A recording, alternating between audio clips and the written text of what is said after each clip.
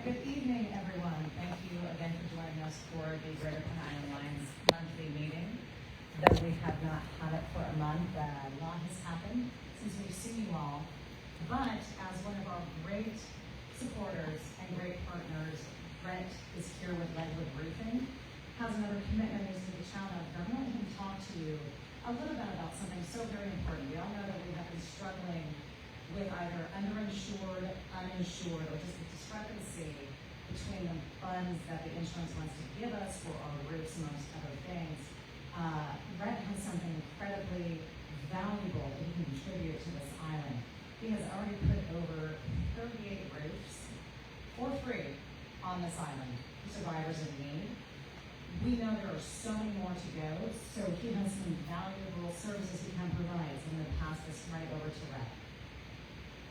Thank you, Erin, and again, thank you, GPIA and all the guys' partners. We've had a great commitment with this organization. Kind of got together after Hurricane Ian, and I didn't know how it was going to play out, but it's actually been a blessing to us, hopefully a blessing to the 38 roofs we've done on the island. So I was talking to Erin earlier today. So what we're going to do, I'm going to try to explain this for people because I know insurance can kind of be tricky. And before I owned a roofing business, I was an insurance agent and owned it. And so the process of uninsured or underinsured homeowners on the island. So correct me if I'm wrong. If I say this wrong, I apologize. But the disaster case management process is where we're going to help, like Ledgewood. So an example, let's say you've had an insurance adjuster come to your house, let's say it's shingle roof. You come to your house and you're getting $5,000, but every estimate has come back and said, well, no, it's $15,000, $17,000, $20,000. What we're going to do is we're going to come to an on-site inspection, use the same process and the same formulas that the insurance companies use to make sure that they are getting the funds that are needed for a roof replacement. Now, if it's a roof repair and they think it needs to be replaced, then we'll sit there and say, no, it's just a repair. You probably have the correct amount of money.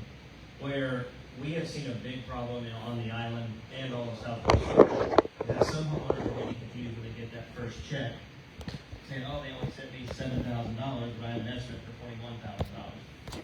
So most of the time, unless you're in litigation with your insurance company, they're asking you two checks. One is the actual cash value or depreciated value of your roof minus your hurricane deductible. So you have a 1%, 2%, or flat hurricane deductible rate. Most of them are 2% down here. And then when the roof at that time is complete, then they will send you the replacement cost value or the depreciated value that they took off the beginning. That just ensures that the homeowner is actually getting the roof replaced. If you have a metal roof, sometimes it might look good to the surface, but a lot of times people are like, oh, I just need to replace my screws, which could be the case 99% of the time it is. But if that panel got lifted from the hurricane and set back down, it could have rotted out that screw, and then now you have to, I've seen multiple cases where when they go through the rib, because now code you're not supposed to do that, but that's a whole different story. It's hard to go exactly back into those screw holes that when we replace it. So a lot of times insurance companies will replace your panel roof if you know what you're looking for, and it actually needs to be replaced. So we're going to partner up with GPIA. You will have to go through them, like call them first if you need our assistance. I will come out there, or someone, a member of Ledgewood Roofing will come and do an inspection of the property, give an estimate. Do you want to give the estimate to you all first, or the homeowner there? How do you want to handle it? It'll be in collaboration. Okay, so we'll collaborate with that. And then at that point, if I need to be your contact person for your insurance company, I can.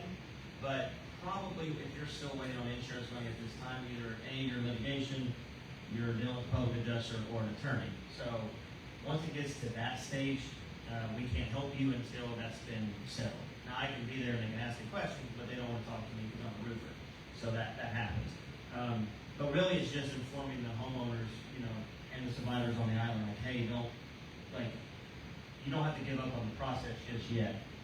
And the only tip that I will give any homeowner on the island is, if you're not happy with the claim, don't cash the check yet. That's numero uno. Once you cash that check, they think you've accepted it, even if it's wrong. It's really hard to guess you say revert back to repair to replacement. So hold on to that or wait, but you're gonna collaborate with GPIA and make sure you're at least getting the funds needed for the replacement. I'm not gonna make you rich, I'm not gonna get rich from it, but at least you're getting back to like kind of quality before the hurricane. So that's, did I cover anything else to the extent of Yes, that? and we're gonna go back with shingle roof. Yeah, everything that goes into, so metal, shingle, mobile home, that's a little bit harder, but that's different, but we will go back with shingle roofs. So it is a 130-mile-an-hour wind warranty, we have to go to code, but that's just, it's hard to go, you know, the agreement we've had with EPIA and other, non-for-profit companies is that you might have a metal roof, but you're going to go back to shingle in that regard, so. But in my opinion, shingle roofs are better than exposed asphalt roofs, and that's another conversation that we could talk about for an hour. That's everything I have. I mean, at the end of the day, like, I can't guarantee you're going to get your claim covered, but I can at least give you information from a roofer and not push a roof replacement. And really, it could just be one square of shingles repaired, and then at the end of the day, you got the money you needed, and then you can move on with the process. Same before Rex, I know we have a. I know we have a couple of questions, but could you just address quickly, because I know a large concern we have with a lot of our clients and survivors is going from the metal to the shingle. Why, I know you've explained it to me many times, but the quality of the shingle that we're dealing with now versus the metal from 25 years ago, what is the difference that we're looking at as far as sustainability? And are we looking at the same quality of product and safe, secure, and sanitary if we go back with the shingle versus the metal?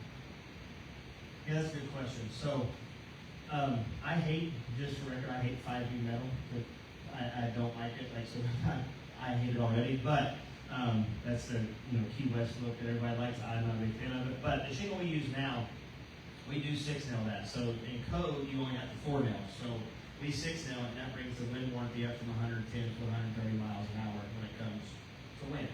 Now, I will say this: another Cat 3, Cat 4 hurricane comes through. Nothing, probably not going to hold up, unfortunately. But anything under 130 miles an hour is warranty. So compared to 25-year-old metal to now, the biggest thing is the fasteners. Over time, with Florida elements, that fastener is going to either do one or two things. One, get loose, and the rubber garment in there is going to crack and explode due to the Florida elements.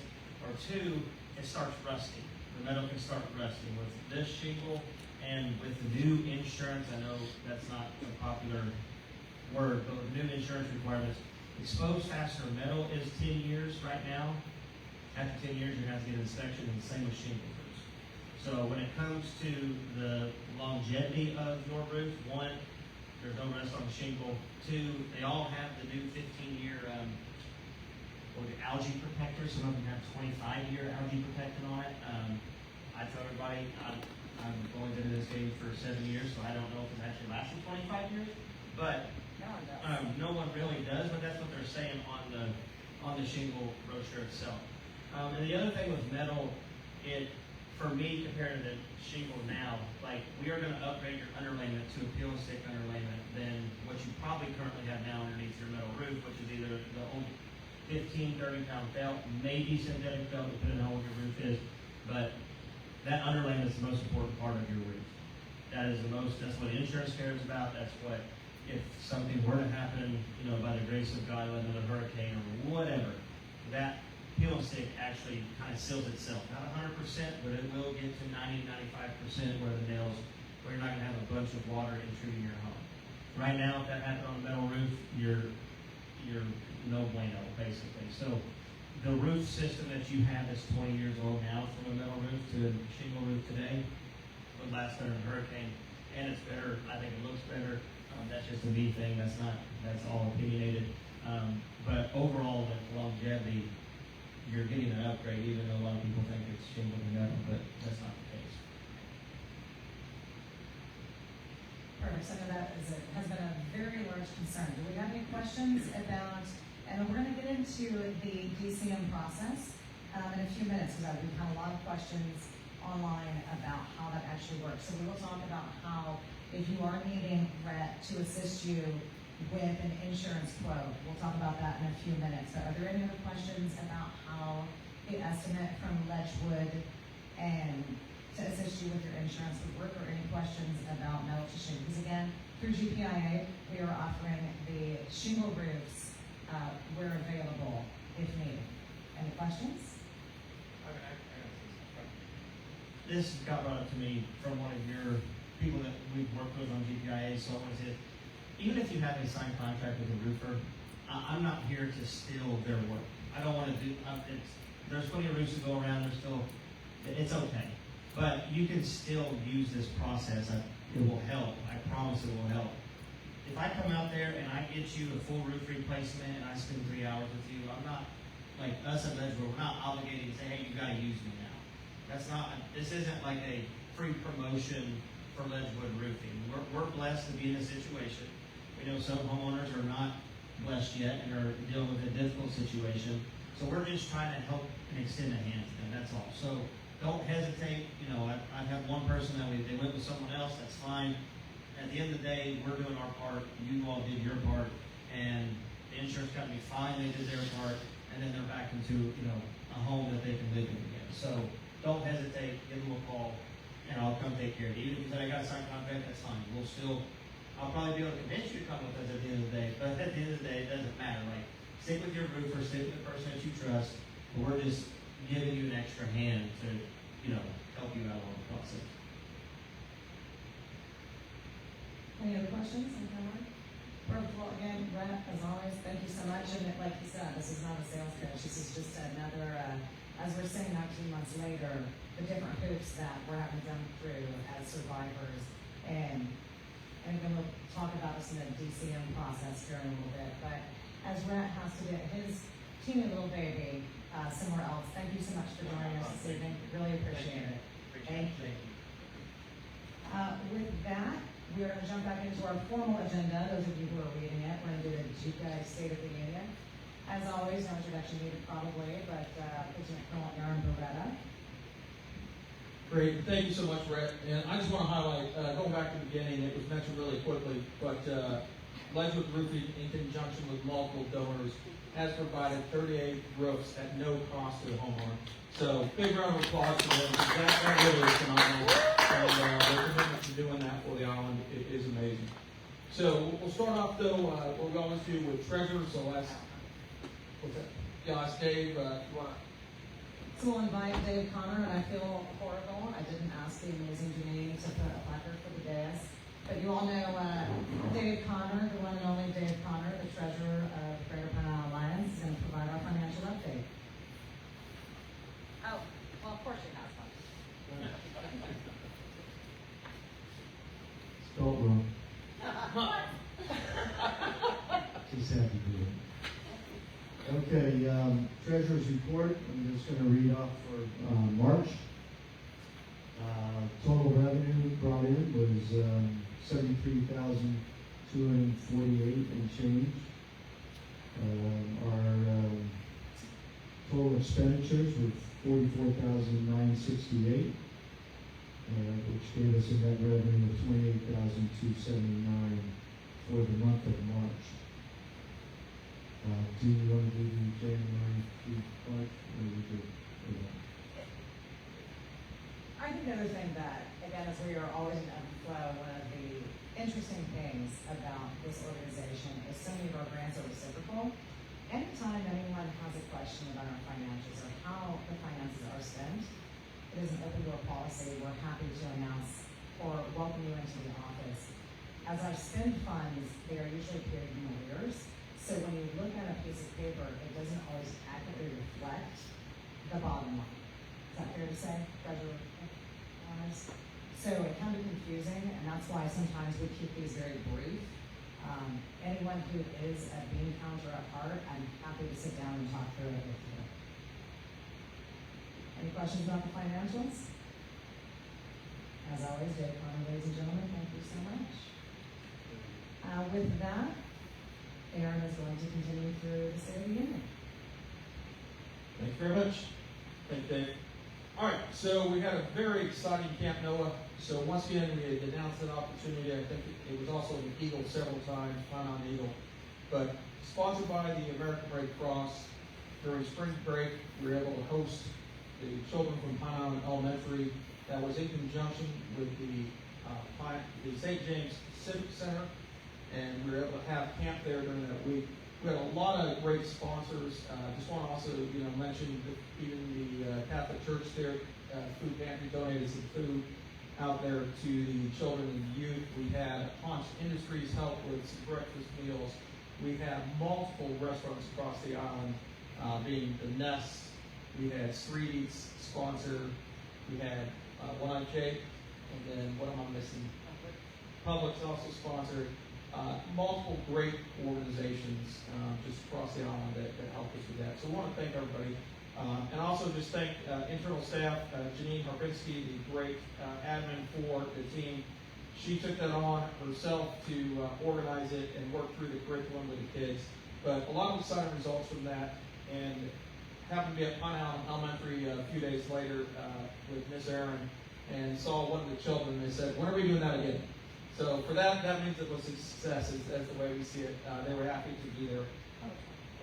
And we had over 20 volunteers throughout the days that were there to help the kids. And so it was really just an amazing event, focused on resiliency, and we're happy to be able to do that. Moving on, construction updates. So we continue to move forward with rebuilding the island. We work with various programs to include the unmet needs table with Lee County, and so we continue to get grant funding and donations from multiple agencies to construct homes. Any given time, we have at least 10 different locations that are under various forms of construction or permitting to make that happen. Ledgewood is just one of our folks that do that. We have contractors across the local area and the island that have been helping with this process and providing the skilled labor for that. From there, I want to really take a couple minutes to talk about disaster case management. You want to grab that? So, Greater Pine Island Alliance has been so fortunate to collaborate with so many different, both co-ed and co-ed, and that is both nonprofits as well as professional profit-seeking businesses to help rebuild this island. I get asked very frequently, how do I get on this list? I know we've mentioned numerous times GreaterPineIslands.org/get help. You have to go to GPIalliance.org/get help. If you don't have the ability to go online and fill out that form, please call our office phone number at 239-558-4901. Anything from Red the Roofer to finding different supplies and or mechanisms to complete you in your survival. It's so important. It's a very simple process. However, yes, it is one more process. We do have to have your information so that we can better assist and serve you. One of the things I love the most about this island is some of you have called in and said, all I need is a window shaker. And we get to your house, well, I'm not going to put a window shaker in a bedroom that's falling out of the side of your house full of mold. We need to know what your needs are. I can't help you unless we know. So that's why we do the intake process. And our disaster case managers are phenomenal at ascertaining what it is you actually need so I can actually find the resources to help you. So it is imperative that you go through the intake process so we can see the full scope of work of what it is we can do to return you to a safe, secure, and sanitary environment. I know it's been a long time for us, but it doesn't mean you don't need as much help as your neighbor that you keep referring to. So many of you have referred so many people, but not let us help you. And now is the time that we want to help everyone. So please, please, please, go sign up or tell your neighbor to sign up if you've already been taken care of. My disaster case managers, the amazing Tracy Lenz, the amazing Teresa Shattuck. If you cannot go on collaborators, and we will find the ability to return you to a safe, secure, and sanitary environment. And that is our one goal, is to return every survivor home. So, is that in a nutshell? There are so many questions about disaster case management. Is there anything that... The timeline, yeah. So if you call me tomorrow after this meeting, that usually happens, Janine usually gets to the office, and there are quite a few voice messages the day after a meeting. We will do the intake rapidly. It is a rapid intake. As we know, the road to recovery is long, but together we are stronger than the search. I ask you to bear with, there will be documentation required to provide these services. As you think through it, think of anything that you would need to provide to anyone else. There will be a requirement of assistance you have received. There will be a requirement to provide documentation of how you sent that assistance. The more rapidly you can procure that information provided to the DCMs, your disaster case managers, the more rapidly we can assist you. Unfortunately, that is just a step, and fortunately, and make sure that we are putting our resources where they are the most needed. Any other questions about the DCM process? All right. Yep. What I'll just add to that is, we like everything to be rapid, but as the process works, understanding from initial receipt, depending on the size of your project, myself coming out there, disaster risk management meeting, if it requires professional estimates, the estimator getting out there, it is a process that will take 4 weeks, maybe 6 weeks, maybe 8 weeks. I don't have an exact timeline for each project. It really depends on what's needed. So understand the scope and scale, it will take time to get that done, but in a professional manner, moving from that initial assessment through contractors and coming to an estimate. So understand that's all part of the process. And then sometimes with the permitting process, we are not in control of that. So it can go out to permitting, and that can take several more weeks. So bear with us, work with the DCMs, stay on path, stay on the progress. If they need information, please provide it to them, because that'll just help in the long run. But it does take a few weeks to make this all work together with the team. And that kind of leads me into our next program. So yes, the more rapidly you can provide us with the documentation, the more rapidly we can help you with that, which leads to two very exciting programs I am thrilled to announce. Now that we are able to return some survivors home, a lot of our survivors, right, we can walk into a house with no bed, no step. We now have the ability to provide both of those things. We have two different programs, a furniture program and an appliance program. Two different grants that we are able to place furniture, brand new furniture. We like to thank our great partners at Salvation Army and Rooms to Go.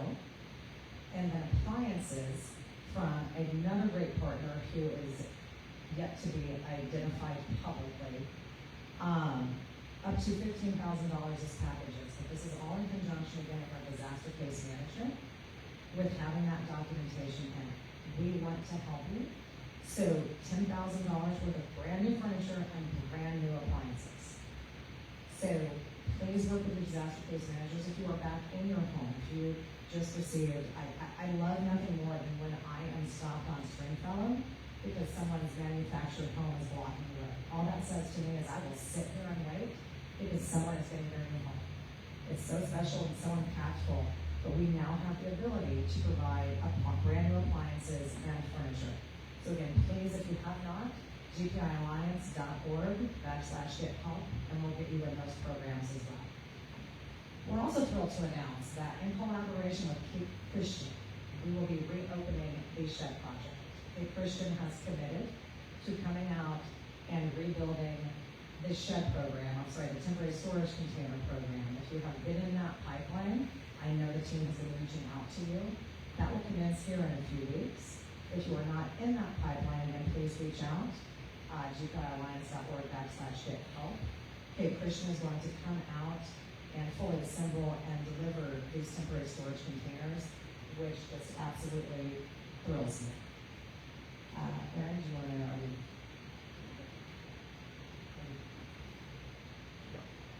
So, we had a beautiful testimonial. I know that we were all so crying from when Jenny's family was here last time. Our survivor who was going to be here this evening unfortunately could not be. We look forward to inviting them at our next meeting. But moving on to something very near and dear to my heart. I have with us Father Constantine and Father Paul from International Orthodox Christian Charities. They have been on the island working with GPIA for a few weeks now, providing emotional first aid. And I think it's relevant to state that even in the past few days, we've had some pretty significant emotional impacts on top of what we've all been dealing with 19 months later from the storm. So Fondo's going to speak a little bit about what it is they're going to provide, but I want to make it abundantly clear, while the intention at first was Ian related, they are very well aware of some of the newer trauma that we have experienced in the past week on the island, and are here to assist any and everyone in any way that they are needed. So I'm going to pass this off to Father so he can further explain the emotional first aid that is available and the charge for supporters on the Thank you so much for having us here. It's really great to plug into this organization and hear what they're doing and see the enthusiasm.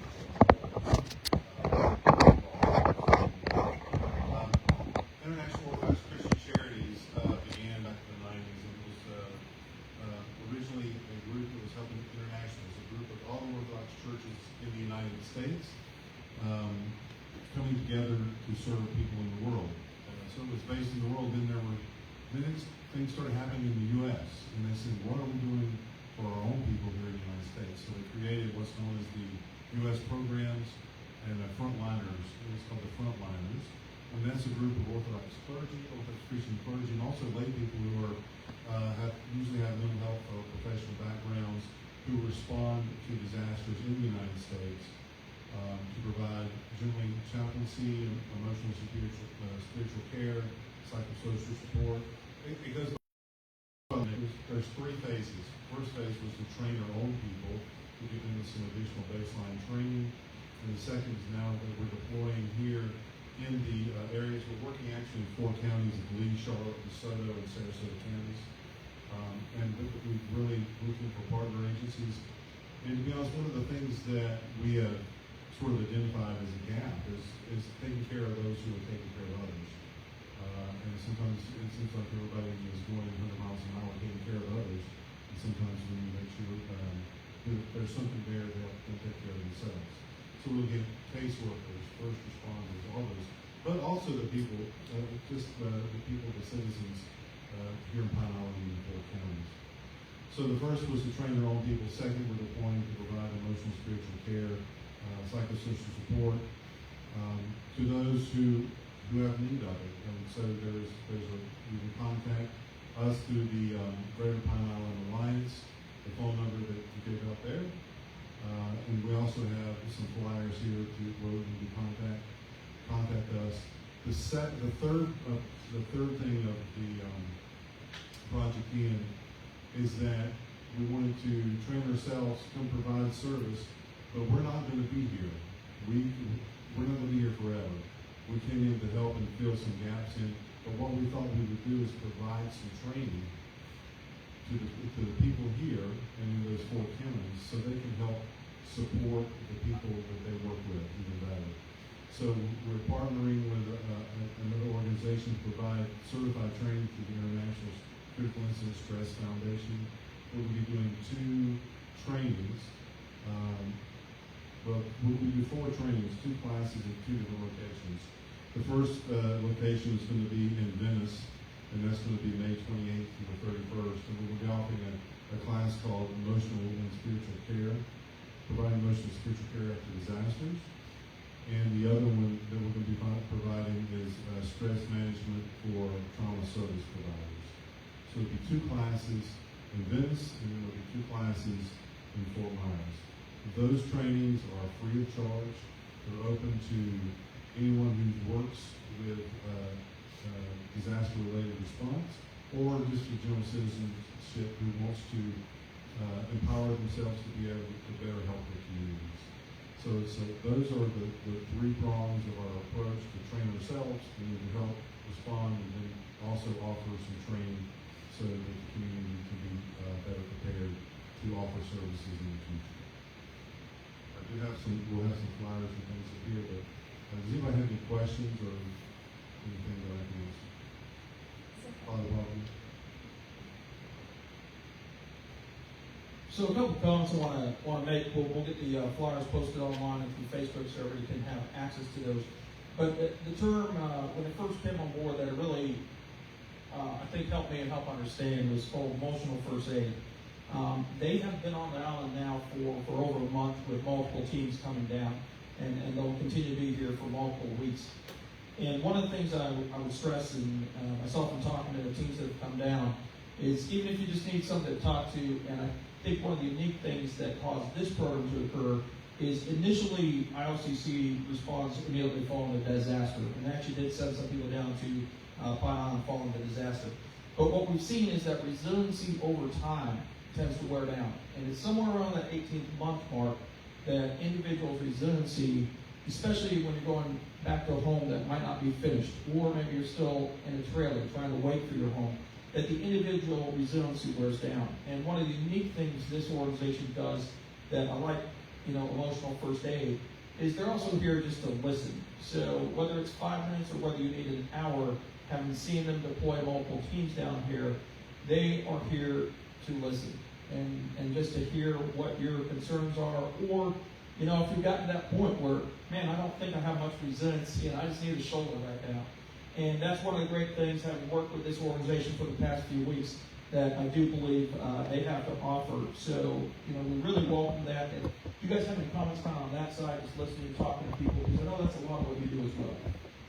Exactly, and you use the terms psychosocial support, emotional spiritual care, but a lot of it is really what we term as sort of a ministry of presence and just being there, because everybody who's been through any type of traumatic situation or has a story, and stories are simple, and sometimes it's not only being able to tell your story, and sometimes you haven't been able to or haven't had the time to sit down and have someone to tell that story to, but it's also sometimes making sense of the story. And sometimes when you're able to talk with someone and verbalize that and bring it out, that's the first time that you can actually sort of make sense of your story. The story's running in your head, and sometimes you just have to get some things off. I give the example, look at this bottle of water. I think it's very convenient. Is this bottle half full or is it half empty? More than half full. Some people may say half full and half empty, right? So you say, well, I won't look at it half full, and then people say, well, I won't look at the glass as half empty. But guess what? Doesn't matter how you look at it, it still weighs the same. So no matter how strong and good your attitude is over time, that weight of that water is going to bear and sometimes just going to pour out. And that's sort of what we're here for. Thank you very much. And I think that's important. I had a survivor tell me just today. It's very interesting when I mentioned that ISCC was back down with this great team. And, we are Pine Island. We are Pine Island strong. And this survivor said, I put my sign back up today. I got to tell you, I'm tired of being strong. That's okay. That's the point. There are resources for the days you don't feel strong. Again, put together we are stronger than Simmons. So I think one of the biggest missions for GPIA, and we're able to bring in ILCC and people like Rep and Roofer and American Red Cross, let us help you with those moments of fragility. Because together we are stronger than this. So, and thank you all so much. Okay? Yep, absolutely. Just like anything you do with GIPA, everything you do with ILCC, Red Cross, everything is 100% confidential. It will never breach any of those houses. Yeah, I will have no idea who you talk to and of what you speak about. So, great program. Please contact us if you need any of that. And any questions about how that process works? Again, it's not a formal thing. You don't have to fill out a single medical clipboard to have someone listen to you. Yep, we'll just give you the number. No clipboards required, no pens required, no forms, no carbon copies. Janine, do we have any questions from anyone? Do you have any questions from the audience? Well, again, as one of our guests. Meeting time changes? I'm sorry? It said meeting time changes? No, okay.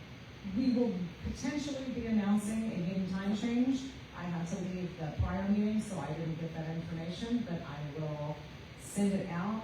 And for those of you, we did hear today, for some reason, this meeting was canceled on some of your calendars and not on other calendars. What GPI is going to do is we're going to send out a brand new meeting maker for everyone. I know that some of our meetings, interesting enough, were copied and pasted and canceled via other organizations or individuals, I should say, completely by accident. There will be a completely new, secure announcement sent out for the future meetings. So look forward to that. We look forward to all your comments. And as always, we could not do this without all of you. I think last month, the view of this meeting was what, 1,200? And the response has been outstanding. Please continue to tell your friends, your neighbors, your loved ones that GPI is here for the long run, and we are here to return every survivor home. I could not be more proud of my incredibly hardworking team. If you see them at Winn-Dixie, Publix, Circle K, perhaps a watering hole, feel free to give them a hug. One of my DCMs is laughing and nodding. A hug is always appreciated. So thank you, as always, to my board of directors and the survivors and everyone who is supportive. Do we have anything else for the good of the order? No? With that,